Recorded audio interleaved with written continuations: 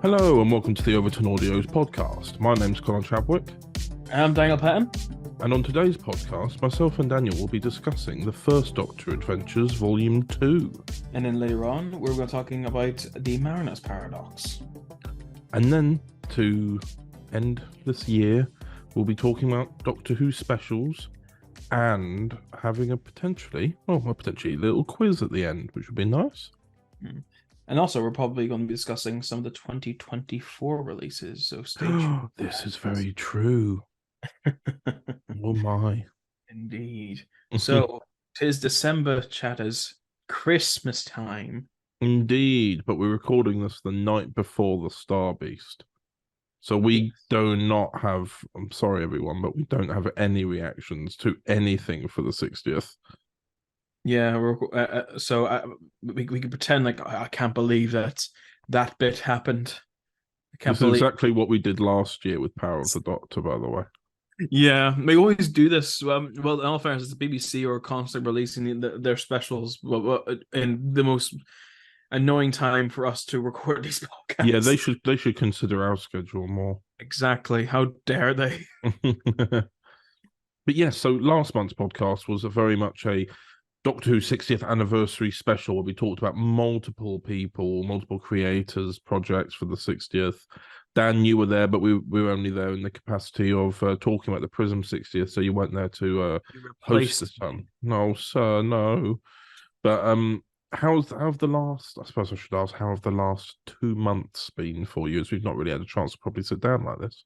Well, it's been okay. I mean, I've just been doing my thing, and this last 2 months have been very busy for me because I've worked on many 60th anniversary specials. Oh. Too many to count. Oh, dear, sir. Yeah, like I worked on obviously there's the Prism one. I did all the covers and the voice and it helped with the writing of that. There's the big it was the Singularity saga with the Last Universe. Yeah. And also I was in Endgame for Rassilon Productions. There was also MB in Homeland, MB in Homeland for their Minnesota. So very busy month, very busy. Indeed. I'm probably forgetting one of the things I worked on. But how have you been anyway, sir? Shattered. I'm really glad that we're having this podcast be a lot more of a relaxing one. There's no guests or anything. It's just you and I chatting, because this is technically the last podcast we'll be doing where things are coming out on a strict schedule. Indeed, yeah. Things get a lot more relaxed, and I'm very, very tired. This year has been very tiring. Yeah. But we made it over that line.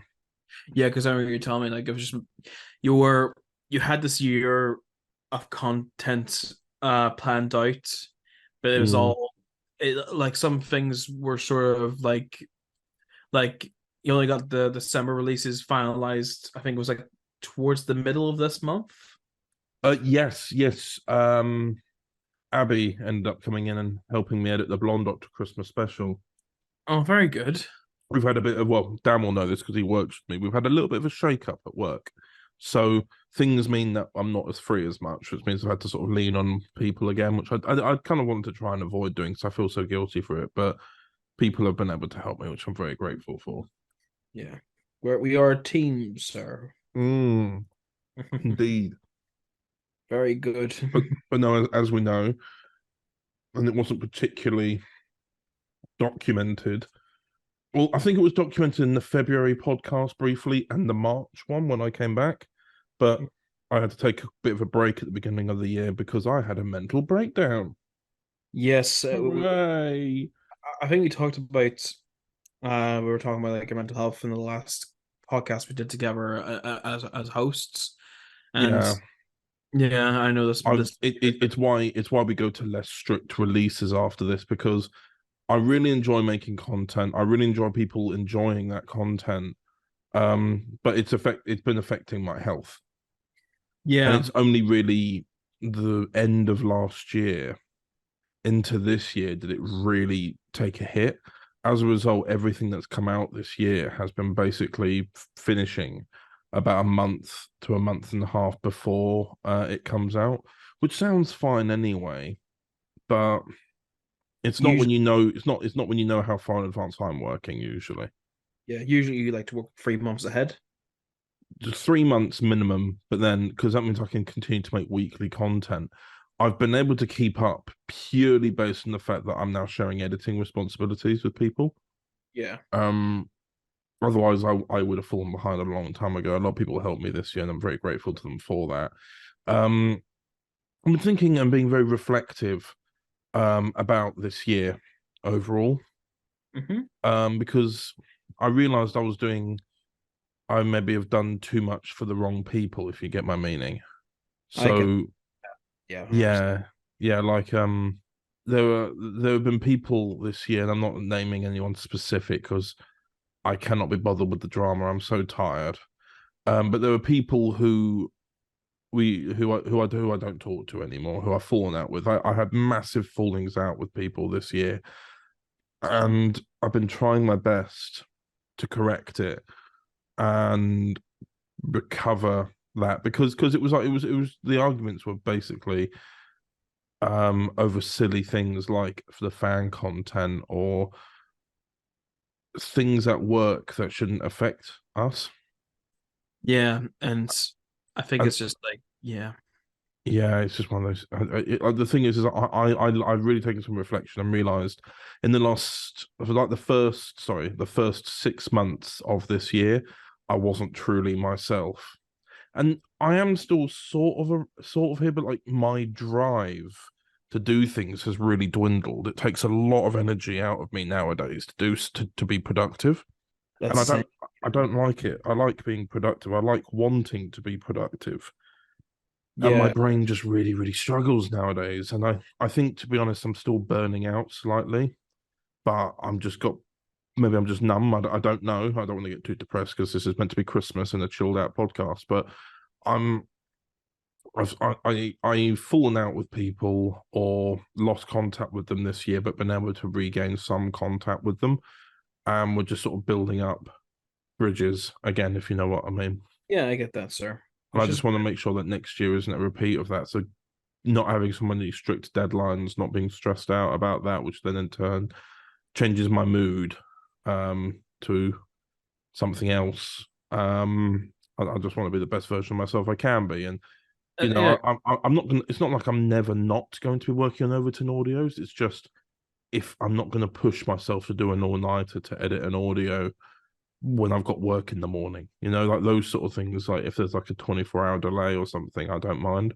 yeah, exactly. It's I think it's hard on you because like obviously you have all these releases, but you also just had work on you all the time this Well, year, yeah, and I still do as yeah, well. My job role has gone up now. Like I've been promoted this year, which has meant that whilst it's been a bit of a slow burner, any new role or job role responsibilities have slowly been edging their way into my day-to-day work life. So I've been trying to get to grips with that, and running over to an audio as full time as I am does not work that way. I get that, man. And I think it's just like next year, so being able to give yourself the breathing room to allow yourself to, do life stuff, not just so you're not overwhelmed Mm, at work, just so when you do projects, you don't feel the overwhelmment of them as well. exactly. I suppose a good example of that this year is where I've collaborated with TT Productions and Dwem, otherwise known as Doctor Expansive Multiverse. I suppose What Fourth Wall are included in that as well. But I've collaborated a lot with them. Like, I mean, Dan, you and I were in the Singularity Saga. Exactly, yeah. But I also had to come in and produce that incredibly last minute with Aiden and Jed as well. Yeah. But yeah, So I there know was just a lot of things. yes, I know that was like a lot of pressure just because like that there was the imminent deadline of just we had to get this out for the week of the 60th anniversary. Yeah. You feel like sometimes you want to go back to the more simpler times of when things were less stressful. Well, yeah, I made an Instagram post about like all my fan community kind of history of when I've played the Doctor in my films ever since I was 12. And you're seeing people in those screenshots that you don't talk to anymore and stuff like that. And you do sometimes wish, oh, if what would have been like if things were different. But ultimately, you have to use these experiences to create the best version of yourself. Exactly, sir. Absolutely. Whether or not it's a failure that turns into a life lesson or otherwise, it needs to be something that's turned into a positive at the end of the day. But yeah, we all had nice collaborations for the 60th in the end, which was good.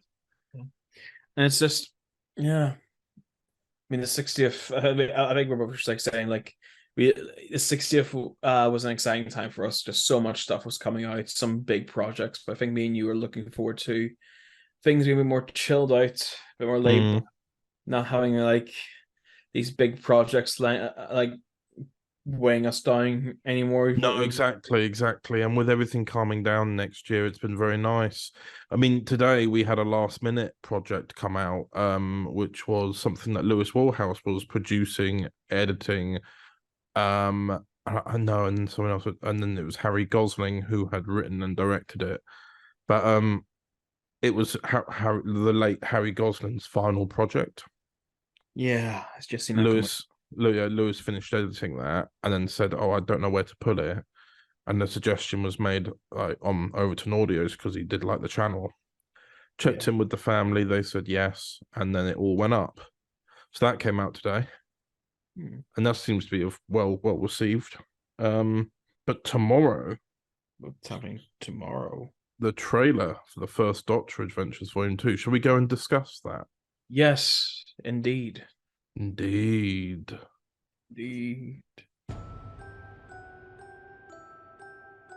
Overton Audios presents. Many years ago, an old hermit of my acquaintance told me that one day I would be caught up in an important and potentially catastrophic event. I think this is it. This was what the hermit foresaw.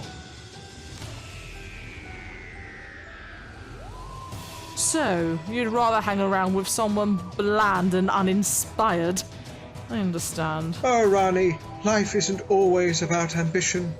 Grandfather, this is illegal and terribly dangerous. And does the Master know what you're doing? He doesn't. It's one of the most important moments in Henry's own timeline, and that of the nation. Well, Lord Doctor, I'm fair glad I decided to keep you here at court. And your Majesty's most loyal servant. I keep my own counsel on who is loyal, Lord Doctor. You're the architect of your own misfortune. You've just created fixed time. You fool! Oh, my head. This crime, if it is one, hasn't even taken place yet.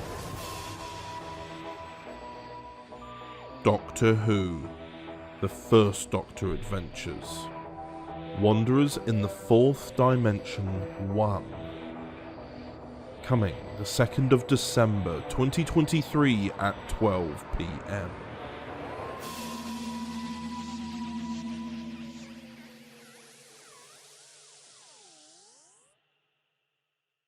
And welcome back to the podcast. And yeah, that was the trailer for Volume 2 of the first Doctor Adventures. Wow. I think what people fail to realise, and I certainly failed to realise initially as well, was that it may have been a year since the last volume of the first Doctor Adventures. Yeah. But it's actually been 2 years since we last made it. Yeah, like I remember when you were talking to me about doing the covers for this, and I'm like, it's been 2 years since I did the covers, because I made the covers in November 2021. Yes, I mean, it's because all 3 episodes back in the day when I was trying to release everything in a day, I was doing whole volumes in a day. I do not know how I did that. That's why I'm all burned out. But nonetheless, it was all of them were 60-page scripts, so I knew that they were an hour. Yeah. So I got them edited really far in advance. Yeah, and then that was really cool project. I think I wasn't there for like the initial talks of it, because I know it was more of it was like you and Michael Cox, who were the sort of the runners of all that. But the first adventures have always been very exciting for me, because I think because the thing is, the first Doctor is your Doctor. The first Doctor is your favorite Doctor. Mm-hmm. But I feel as we look at the modern audience, there's not many people who sort of understand that Doctor well. Mm. And I feel like this is definitely a good. We also have the things at Big Finish, but in terms of fan content, I think this here is a very good eye opener to the character of the first Doctor. Yeah. 100%. And with this new second volume as well, we kind of go back in time to the beginning here, because the first volume, called Lost in Time, works as a singular volume. So we did that as a nice little test. And we didn't know if we had a Susan Foreman or not, which we do now. So Michael Cox has written The Wanderers in the Fourth Dimension 1. So there's going to be more than one volume of this. But as you may have seen from, because by the time this podcast comes out, episode 1 will have already aired. Yeah. So spoilers ahead. But this is the origins of how the Doctor left Gallifrey and under what circumstances. Yeah. And Michael really took everything into account when it came to it, because obviously I was watching with an eagle eye. But this is the first Doctor leaving Gallifrey. It's got to be done right. Yeah. But And he did some nice twists along the way, which was nice. Exactly. And for me, like, I was initially hesitant when I heard that was like the route you're going to take for this volume, because I always saw the Doctor leaving Gallifrey, how I initially thought you should see the Time War, which these events should not be seen. I like the idea that it can be interpreted so many ways. Yeah. But I think of how Michael went about it is perfect for what the character of the first Doctor is, in terms of the character of the Doctor is in general. But I just never thought about the origins of the Doctor in that sort of way. You know what I mean? No, I get what you mean, because he had to consider everything, because there's so much lore that has been added to the event of the Doctor leaving Gallifrey. Yeah. That he wanted to make sure it was all right. So, spoilers ahead for this episode. I won't spoil episodes 2 and 3, but seeing as episode 1 is already out, I'll talk about it more openly spoilery here. Okay. I really like the way that it was made, that the Doctor wasn't initially the person to come up with the idea to run. He was just a willing accomplice to the person who would run. He had no intention of leaving Gallifrey really until it was too late. Yeah. But I liked all the backstory with the Hand of Omega, because obviously that's a remembrance of the Dalek storyline. Indeed, yeah. There was a lot of references done, and it was really nicely portrayed. And we have some nice appearances from certain characters and certain mentions of certain characters. Like we've got Abby Louise playing the Rani. She's really done well to perfect Kate O'Mara's Rani voice. Yeah. I mean, I haven't heard it yet, but I always trust Abby when it comes to impressions. Yeah, but then we also have Chelsea Lagan playing Susan Foreman, which we have heard previously on the 60th anniversary of the present. Yep. 60th and now has actually recently appeared in another fan series called Doctor Who Inbound, which was a what if the show stuck with the original pilot. Yeah. So that being that the excuse me, so I'm also drinking water and eating at the same time as doing this. It was also Doctor Who Inbound was basically what if the pilot had stuck ahead. So basically they're not Time Lords, they're humans from the 49th century. Yeah. So it's like Chelsea just sort of now has become the sort of the Susan Foreman of the fandom. Well, the audition that they heard of her was the one from which I sent them actually a clip from this volume. Really? Yeah, I just sent them a scene. Oh, that's cool. And they heard that and decided, yeah, we'll cast her. So yeah, Chelsea actually recorded her lines for this back in February. Oh, Michael Cox recorded immediately after Volume 1 was out, because when Volume 1 came out and the response we had was so positive, Michael has already written 5 volumes. So a lot more First Doctor content is on its way. I am starting to think about getting the other one into production, because now we've not got schedules. I had initially put down that for the foreseeable future, that first Doctor stuff would only come out at December or November. Yeah. Obviously, this year it had to come out as December because November is kind of a special month this year. Yeah. Kind But, of yeah, kind of, yeah. But no, the second volume I'm really quite chuffed with. It feels very classic with, well, of course it would do, but it feels classic whilst being its own thing as well, because it's set before the classic era, really. Yeah, it's like just this whole new realm of like that's sort of like been untouched by anything. Yeah, and also you're kind of limited in what you can do. Yeah, because it's the most stripped back you can be of Doctor Who. Yeah, like you Like- can't have the Daleks or Cybermen show up to do a filler. They haven't met the Doctor yet. Yeah, you can't even have the police box either, Nope. which is so it's the most. It's like I think that was like the challenge I think Michael might have with this volume was you have to have those characteristics, but you don't have any of the presentation of Doctor Who. The TARDIS interior is still the same. Yeah, but like that's but that's it just doesn't have the blue box element or anything like that, like you say. like it has like I feel like what the show's now done is that it's showed so much of what's Gallifrey is, and like a lot of the Gallifrey sort of lore. We know what the like a factory TARDIS looks like. We know what the standard time capsule looks like. So I think we have all those established elements, but everything else is just sort of like it's still up in the air. Yeah, exactly. But I'm really chuffed with it. I'm really chuffed with how it's turned out, and the covers that you've made for it, Daniel, are excellent as always. Thank you, sir. But yeah, it's got a nice first episode sat on their home planet in Gallifrey. Then second episode is in the past. Third episode is in the future. Very nice balance. Yeah, exactly. And it's just a nice little introduction thing, especially for just after the 60th as well. I thought it would be something nice. Because it's very well timed for the 60th anniversary. Yeah. But what is also nice is that the trailer that we've made for it is actually a visual trailer. Really? I haven't animated anything. I'm not that good. I'm not you, sweet Daniel.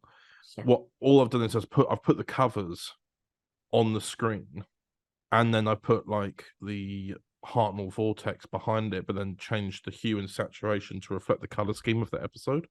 Oh, that's cool. And then just because I thought, even if there's no like what I might call Daniel J. Patton budget level quality of visual trailers, I might just start doing that from now on. That'd be cool, yeah. And also, I like how you presume there is a budget. Yes, it is called Daniel's Time, and it's worth that being how much you're willing to waste. Yeah. I was like, how much is he gonna say? How much is he gonna say?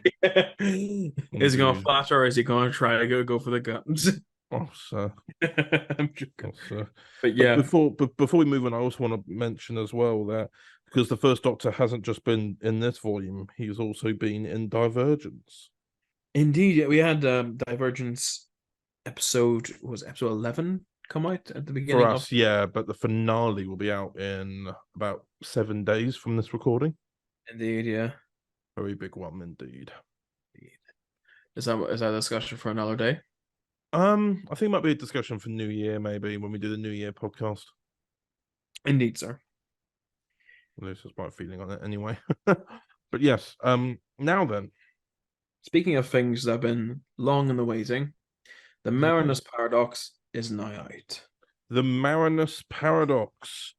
Play the trailer.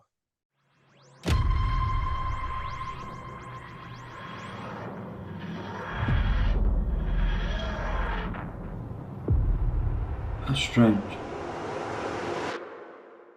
There's a temporal ripple. There's been a murder in 1899. I swear to God, if we get embroiled in some plot to destroy the universe, or melt the moon, or gain elemental powers, I will kill you. Understood.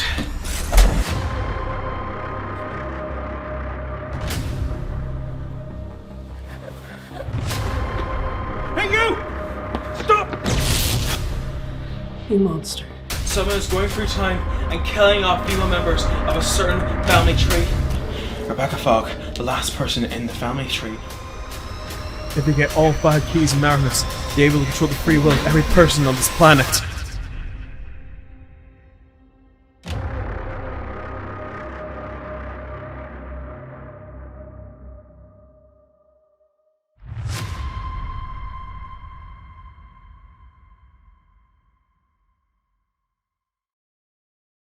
And welcome back to the podcast. What a marvellous trailer that was, sweet Daniel, for the Marinus Paradox. Thank you, sir. How did you do it?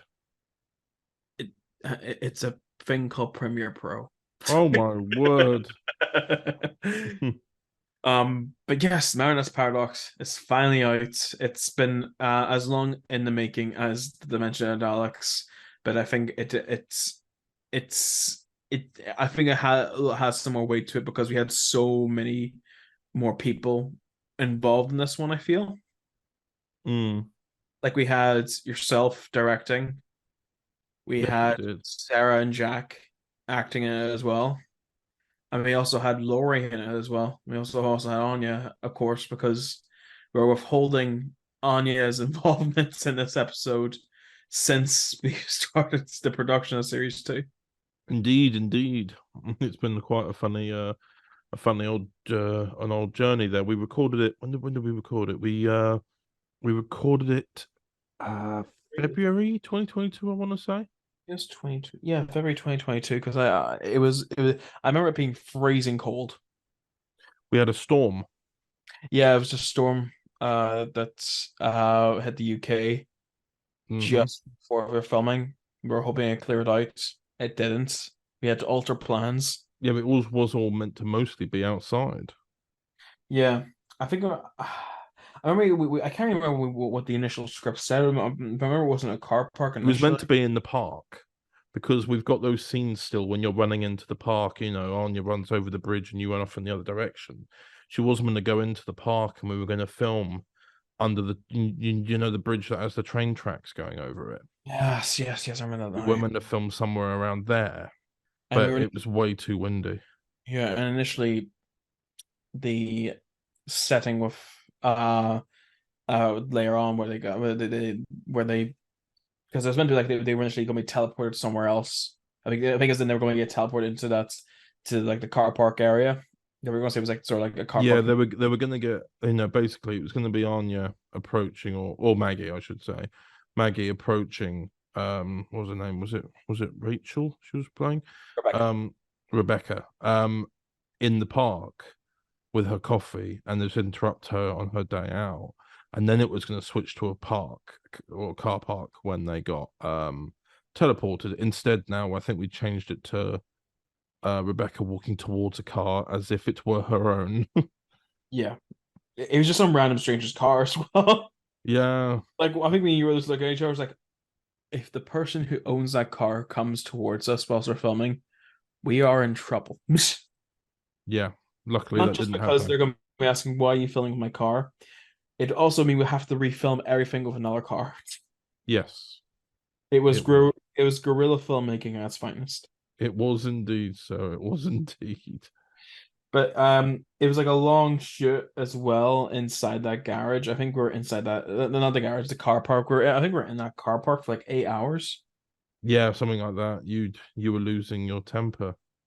Was that? Yeah, because I was just like I couldn't sit down either because the ground was all dusted. So if I sat down, so it would have ruined your costume.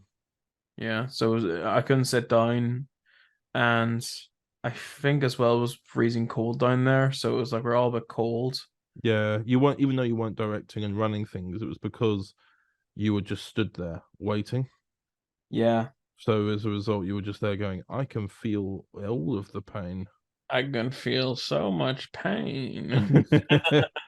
Yeah, so yeah, you were essentially doing that. But no, then afterwards there was 2 more shoot days. No, 3. 3? Yeah, 3, I want to say.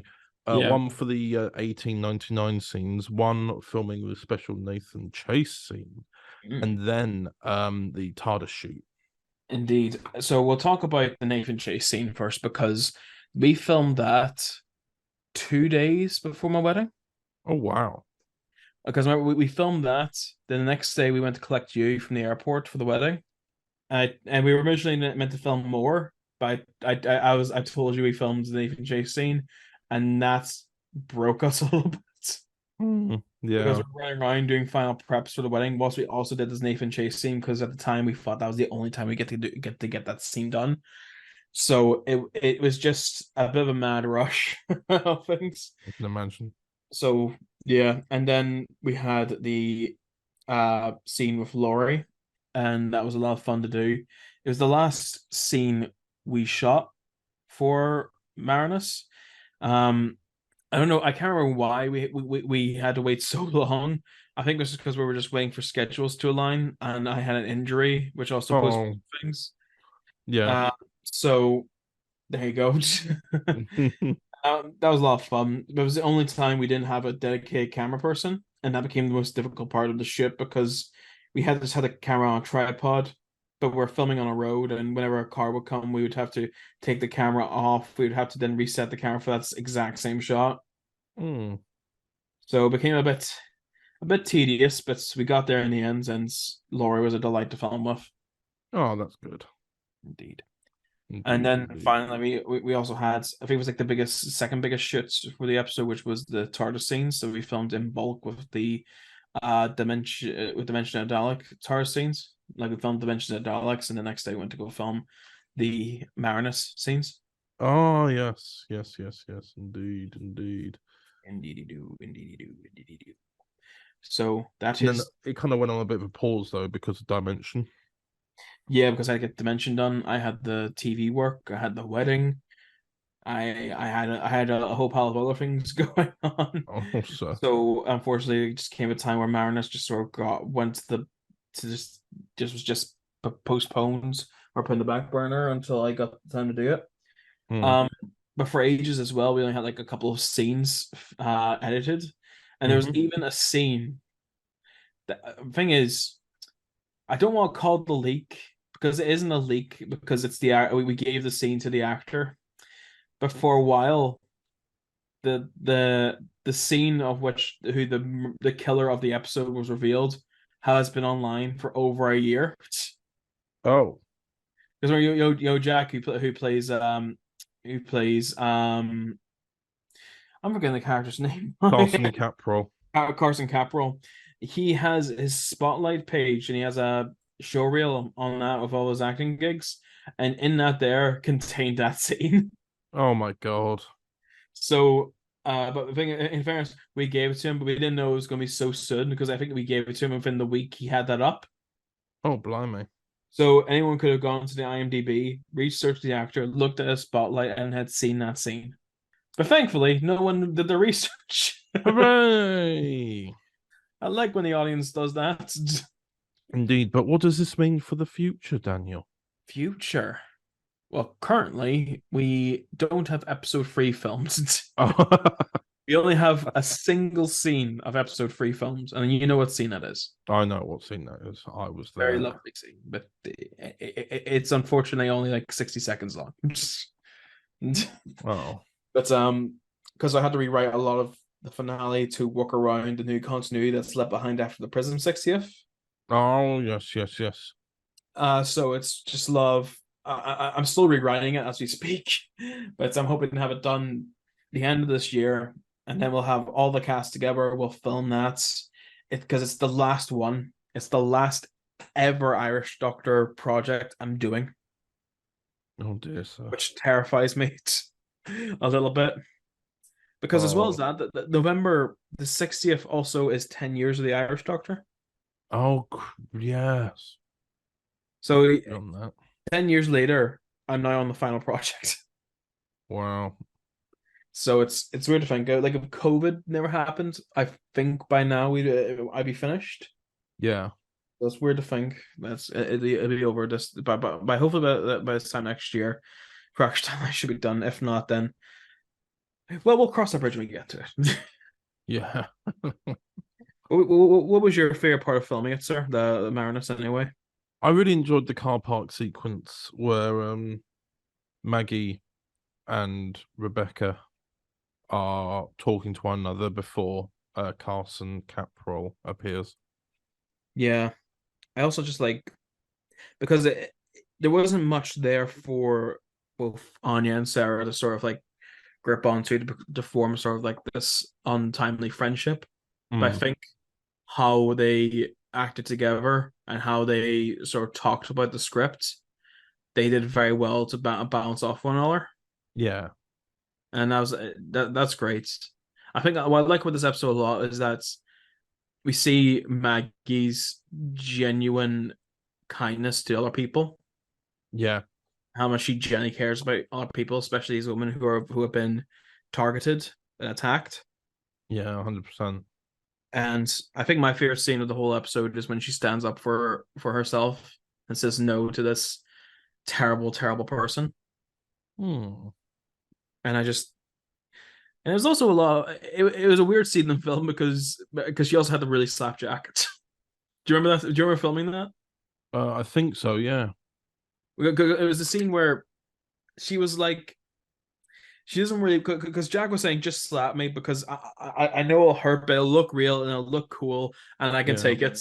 But Anya is such a pacifist. She does not like violence. Yeah. So she was constantly holding back, and I think it just prolonged because I think we took like 3 or 4 takes where it's like she slapped. It was like such a little slap.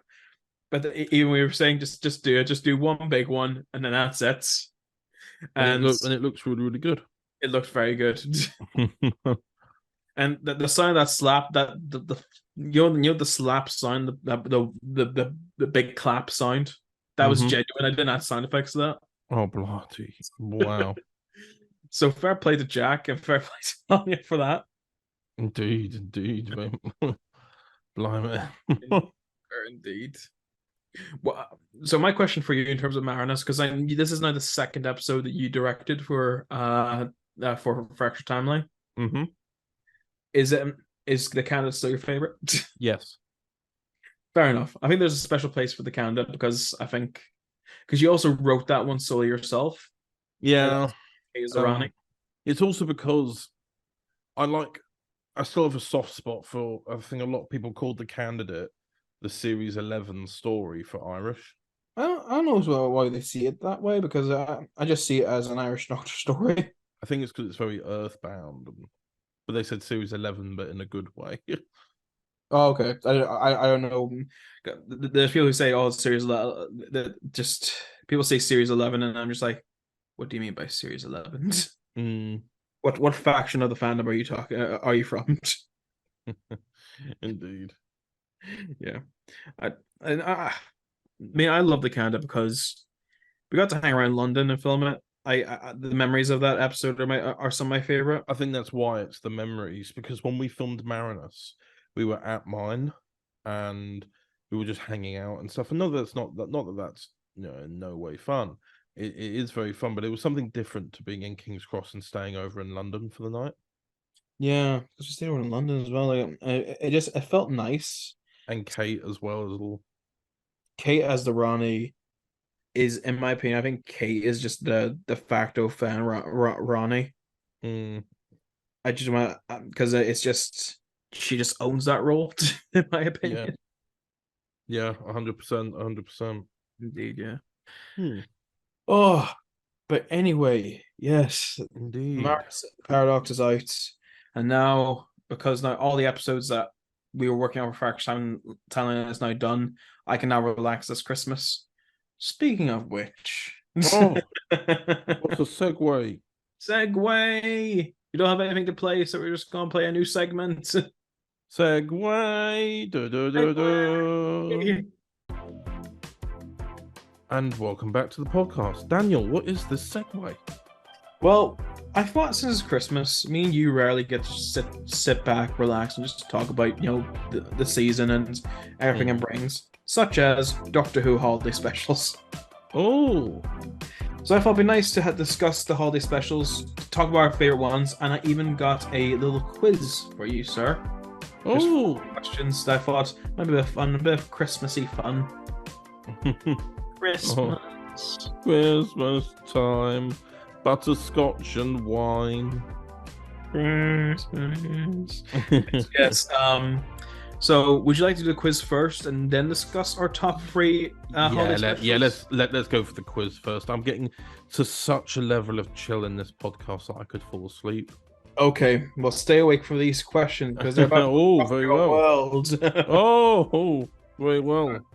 First question, sir. Yes, sir. Suspenseful quiz music plays.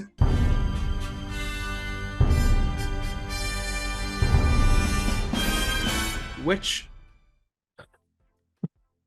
holiday special had the most audience views on broadcast? Voyage of the Damned. 13.4 million views. Correct. Yay! I think I didn't know you knew that. Kylie Minogue. Yeah, exactly. The thing is, I looked that up. I thought it would have been the end of time because it's the end of time. No. No, apparently Kylie Minogue is more powerful than the end of the universe. Yes, exactly. Anyway, which holiday special refers to the movie Alien? Last Christmas. Yes, your favorite Christmas special. How dare you? Your favorite one. Moving on before you can say anything else. Mm-hmm. Which holiday special didn't feature any holiday? Oh. Any holiday? It didn't feature any holiday, like any seasonal holiday whatsoever. Not even Christmas itself. Nope. Not even New Year.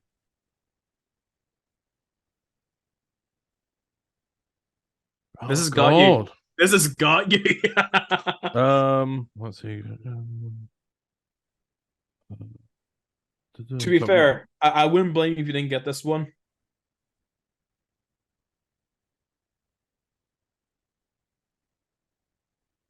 No, that one is Christmas. Okay, what's one after that? Yeah. Oh, is it Husbands of River Song? No. Is it not? I thought that wasn't Christmas. Because it was Christmas at the end.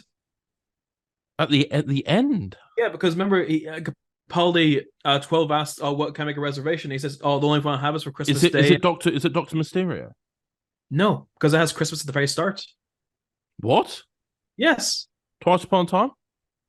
No, because that's about because at the end we have. That's what I thought too, but I was like, no, hang on, no.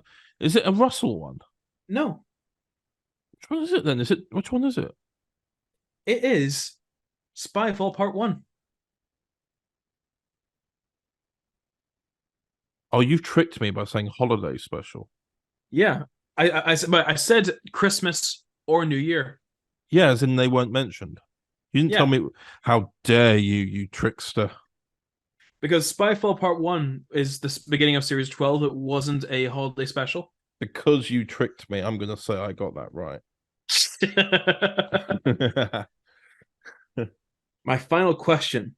Yeah. How many holiday specials? When I say holiday, that includes New Year. That's why I didn't say Christmas. Right, okay. So this includes every holiday special that has come out on Christmas and or New Year's Day. So how many holiday specials featured a Dalek? What? Is that the question? Yes. Oh, what? In any form whatsoever? In any form whatsoever.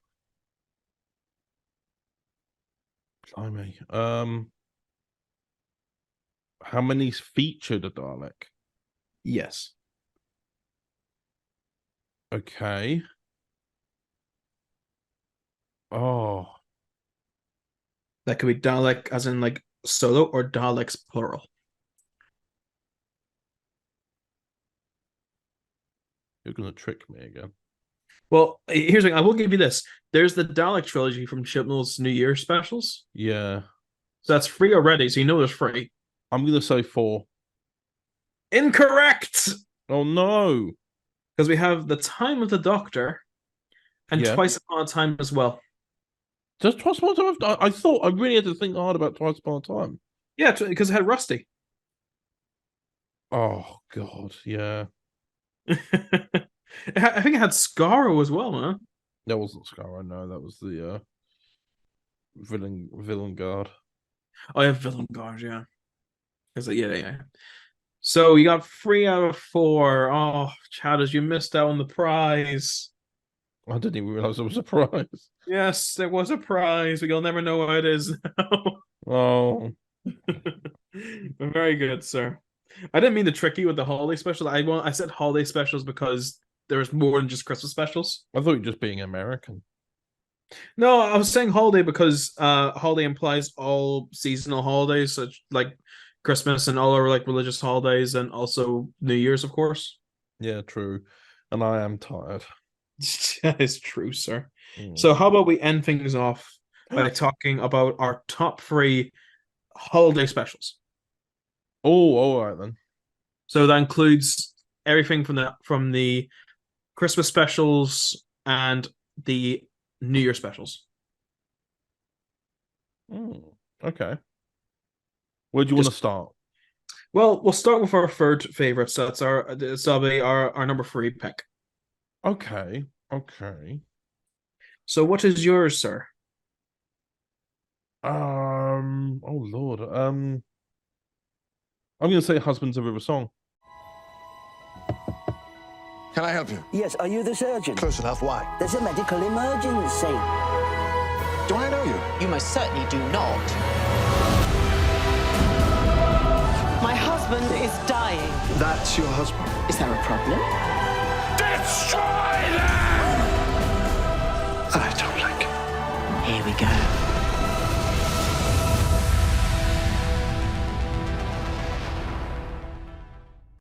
Oh, really? When I watched that, it was the only River Song episode I like. You know what? That's fair.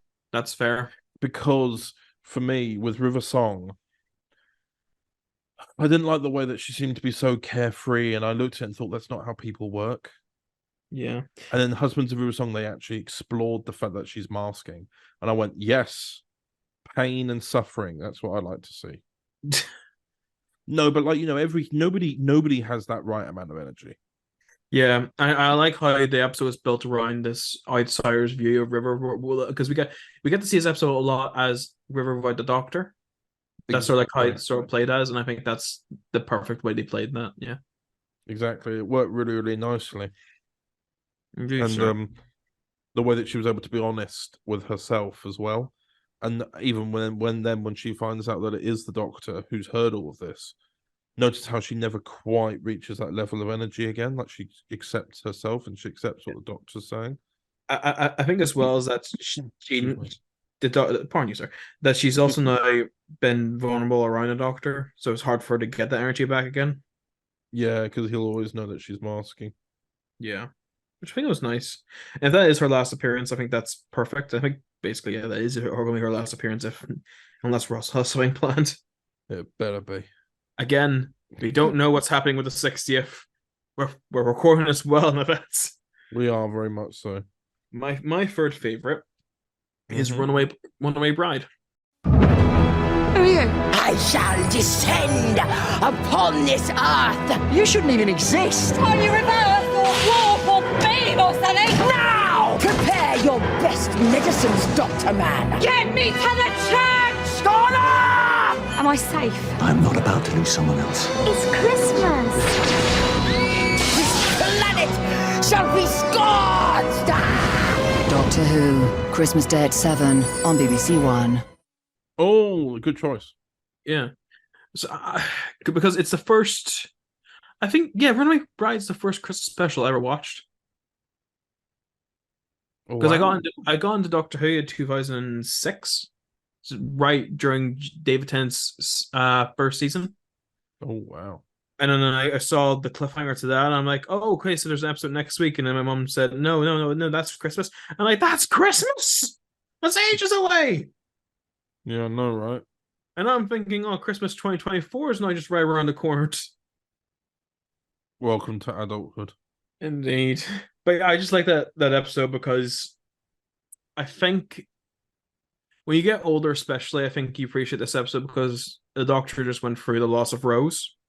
And Christmas is about remembering those who we've lost throughout the year, but as well as embracing what we still have.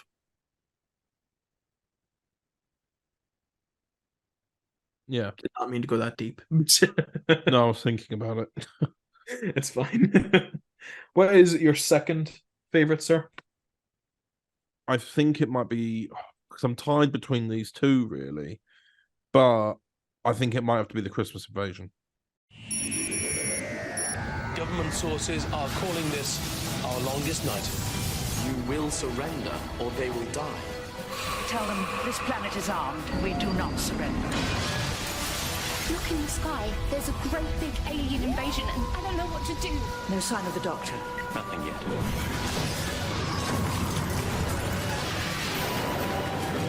Doctor Who, Christmas Day at 7 on BBC One. That is a good one, to be fair. It's the one that started off the seasonal holiday special tradition.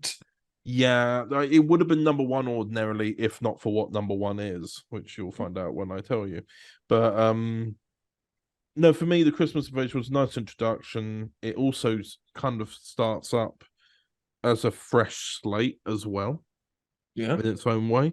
TARDIS crashes, it's a new Doctor. Everyone sees it as a new Doctor as well. Yeah. And then they're like, what happened? Oh yeah, he just exploded and now he's this one.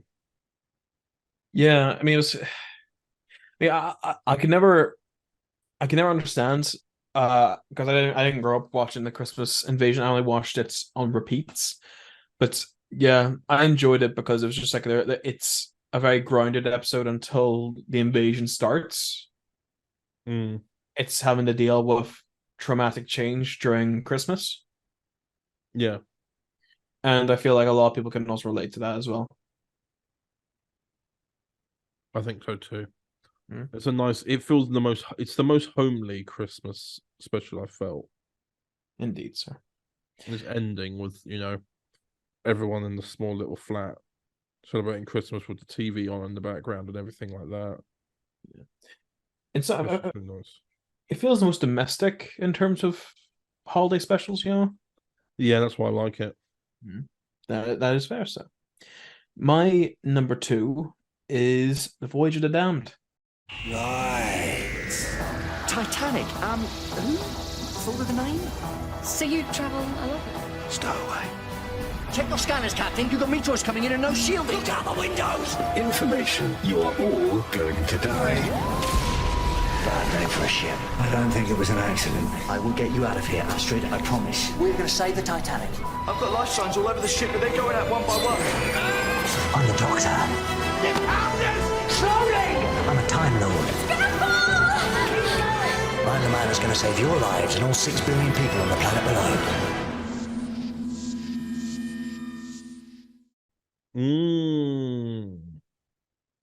Because it's got that Kylie Minogue influence.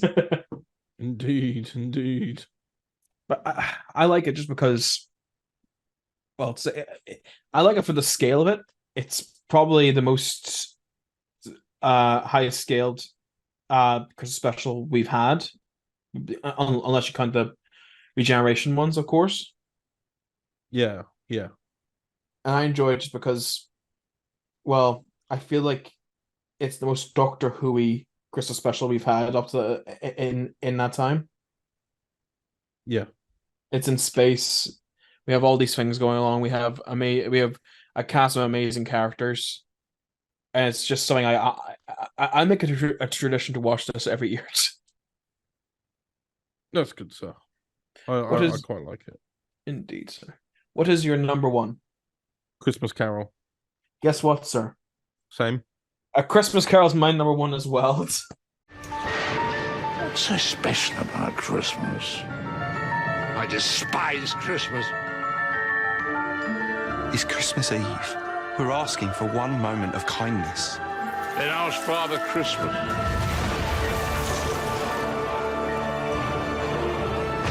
Time can be rewritten. People can't.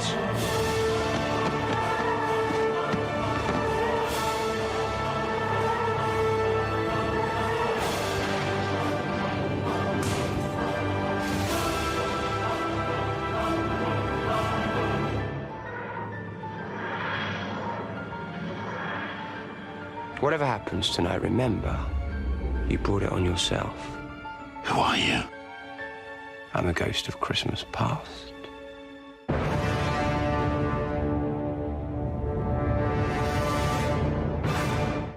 I was stuck between a Christmas Invasion and Christmas Carol, but I find myself watching more footage from Christmas Carol, especially the twist of the Ghost of Christmas Future. Yes. twist there where you're like, the shouting is going on between Kazran and the Doctor, and then he goes, "Yeah, I am showing you the future," and you're expecting him to look in one of the cryogenic chambers and find him in there that he's had to freeze his life because he just didn't feel it was worth living or something, and he turns around and it's his child self we introduced at the beginning, because he is showing Kazran his future, because the Kazran we've been following is the future. Yeah, and I love that. I because I remember watching sort of like snippets of the featurettes that were coming out during the release of this, and they were saying it's a time travel Christmas Carol meets Jaws. Oh yeah. And I thought to myself, like, I'm just looking forward to a nice adaptation of Christmas Carol, because Christmas Carol has always been my favorite Christmas story. Mm-hmm. But I like how, like, I know me and you have our problems with Moffat as a writer sometimes. Yeah. But what he did with A Christmas Carol and how he adapted for Doctor Who just works. The message is that you don't have to become those things. You don't have to let it sit in you. Yeah, like that. Like, love is the best cure. Yeah. I won't say the audience, but I think the theme is of childhood abuse. Yeah, but I say, like, because I'm sure that there were children watching that at the time and continue to watch the show now who are suffering somewhere. Yeah. And this episode makes them feel seen, especially when you see child Kazran. Exactly, when he's so scared of his adult self because it was an excellent casting choice to choose the late Michael Gambon. Yes, exactly, to choose him to play both the father and the older version of the son, to show how much he'd become his father. Exactly. By trying to not become his father, he ended up becoming him. Yeah, exactly, and that's why I loved about this here. And I think what they did with that as well is because they cast him as both the father and as Kazran. Because if you can see him as the father, then you can see Kazran easily coming like him. And I think that's exactly it. It's a brilliant casting choice. Yeah, and it's brilliant character acting by Michael Gambon as well. And I think as well, it's all right. This is the Christmas special I have to watch every year for Christmas. Yeah, it's the Christmas special I put on while I'm putting up the Christmas tree. I literally watched it the other day while I was putting up my Christmas tree, and it's the one that sets the tone for me for Christmas. Yeah, it's for me as well. Just the way that there's a lot of hidden subtleties in this episode. Like when the Doctor's analyzing everything, his main deduction is the reason why you're not like your father is because you didn't hit the boy. Yeah. And it's just so very hitting, especially as an adult now. As a kid, you're like, oh yeah, it's just a smack or something. Yeah, you're desensitized to it if you're not involved in that part of, if that part of your life. Yeah. If you're not experiencing that. Exactly. In that part of your life. Whereas, for parents, they would feel very strongly towards it. Exactly. Especially parents who probably, like, again, this is only some assumption. Maybe some parents grew up with a household that probably was like that as well. That probably hit home. But I feel like this episode also drops a lot of heavy hitters, like the line that's in 900 years of travel, I've never met someone who's not important before. That has stuck with the fandom forever. Yeah. I'm just like, this is meant to be a Christmas special. It's meant to be like a light episode that's meant to come out on Christmas Day while everyone's eating their dinner. And it just went down so hard. Yeah. I don't know why. It's one of my favorite episodes of Doctor Who. I don't think... I think unless it's a regeneration episode or it's a post-regeneration episode, the Christmas special doesn't have to necessarily matter as much. Oh yeah. In terms of story, in terms of overall visual quality, because it's meant to be something that's in the background. But A Christmas Carol exceeds a lot of the traditional standards of what a Christmas special I think it is, especially in modern day. Yeah, there's not a lot of effort that's put into Christmas specials or holiday specials in general, in my opinion, unless there's something bigger in it. Oh yeah. And you look at the production design of this episode, man. I really look forward to seeing. Cinematography. I really look forward to seeing what they do with the Christmas special. Prosciutto. Mm. Same here, because I missed Christmas. I missed Doctor Who Christmas, man. Yeah, same. Yeah, because I don't know about you, but like I missed being full up from Christmas dinner than watching Doctor Who. That's what I missed for like the last 7 years. Yeah. So, sir, I believe that is us done. Oh my word! Indeed. But what about next year? Next year? That's agent. It's December. Oh, let's talk about it. We're gonna gloss over some bits. Yeah.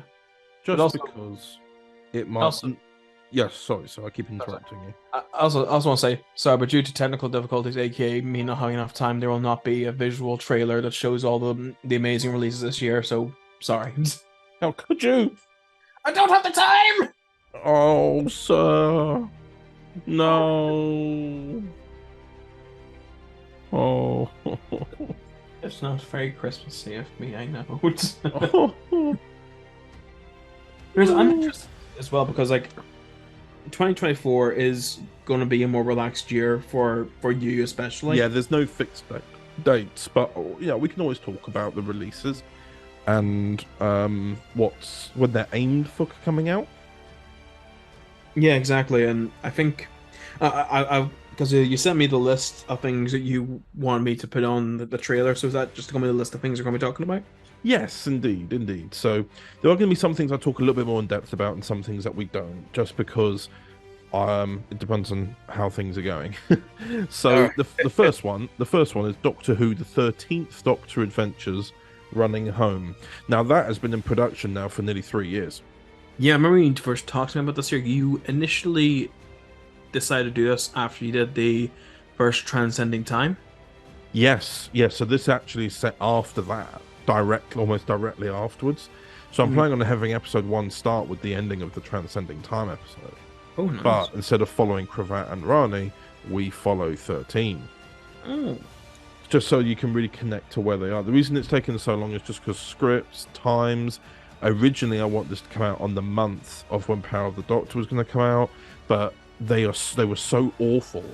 Like the Chibnall era was so awful at announcing when things were going to come out. I just never got a date. They only announced things 2 weeks before the release. Exactly. So as a result, that's no time at all to have to plan a volume, so I just could never do it.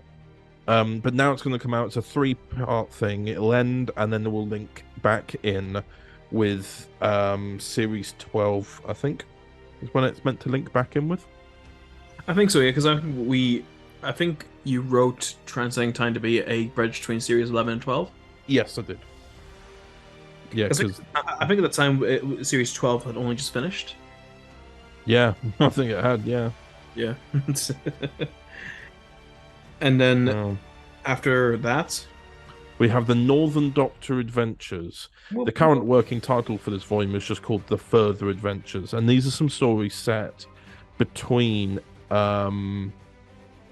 Series 2 and 3 of the original NTC Pictures Doctor Who series that stars the Northern Doctor.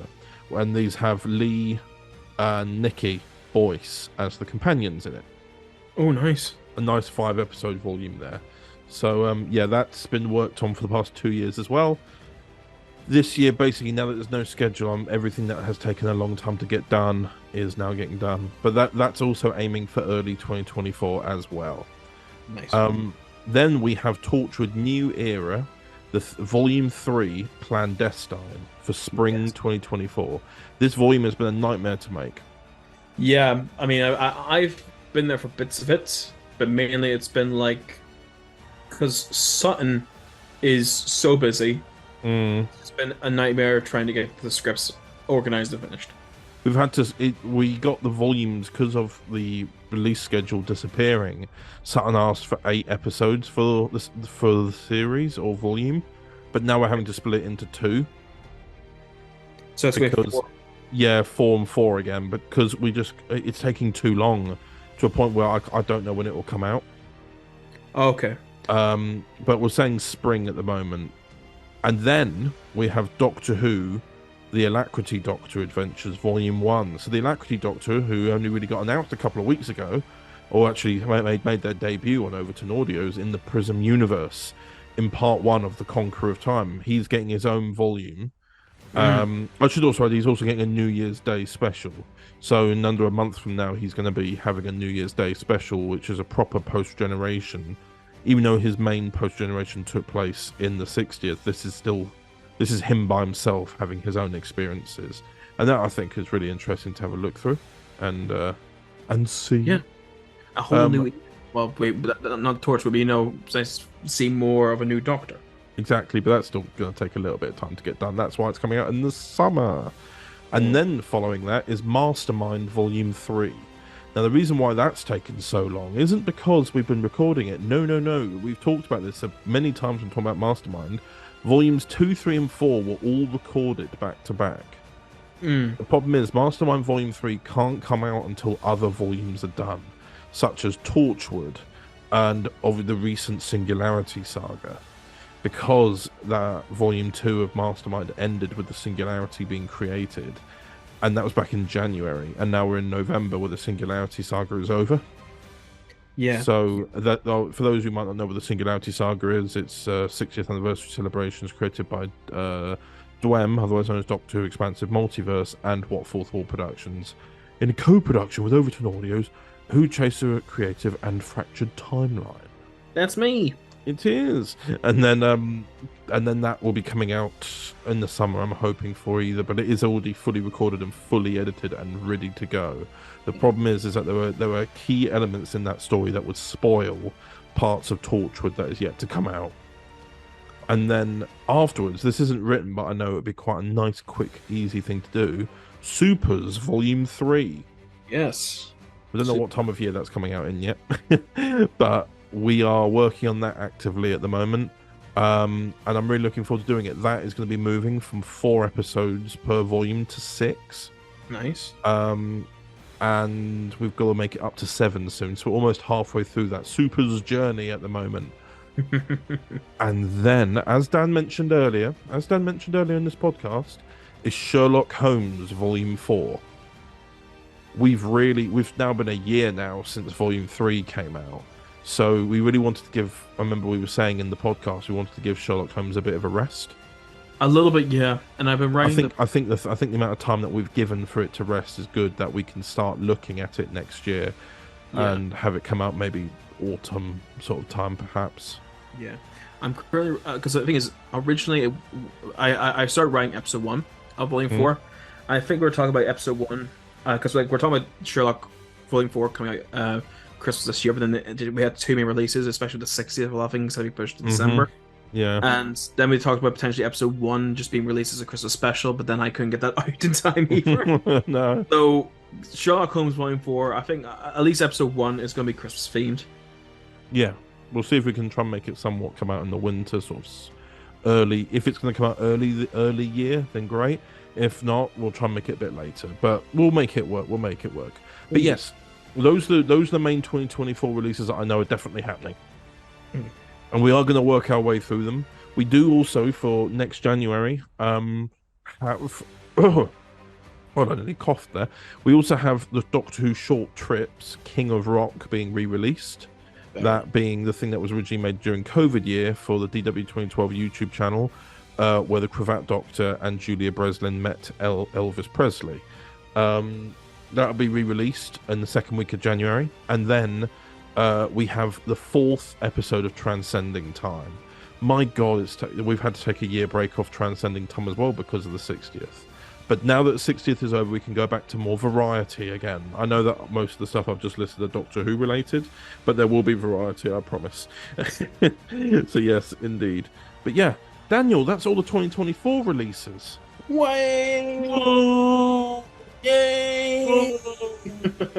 Yes, indeed. But yes, I think, Daniel, it's time to say goodbye. Well, I mean, if you say so, Chaz. I mean, we had a good friendship for at least since 2014. But if you're saying this is it, I suppose there's nothing else to say. Well, next year's to the podcast. Yes. But if you think about it, Daniel, not that we've really spoken about this until this moment. Next July will be 10 years that we've known each other. Oh, sir. That's when you played the original bad Doctor, if you remember. The naughty Doctor. That's what he's called, the naughty Doctor. I want the IMDb changed. There are other things I've threatened to put on your IMDb before. Do not stir this up in the podcast. Stir what up? You know what? This is a story for another podcast. We're not bringing this up at the tail end of this one, aren't we? Anyway, I hope you all have a very nice Christmas and a happy New Year, and we'll see you all in January. Indeed, January 2024. Oh, what does time go? I know. Bye-bye, all. Bye-bye, farewell. Bye-bye.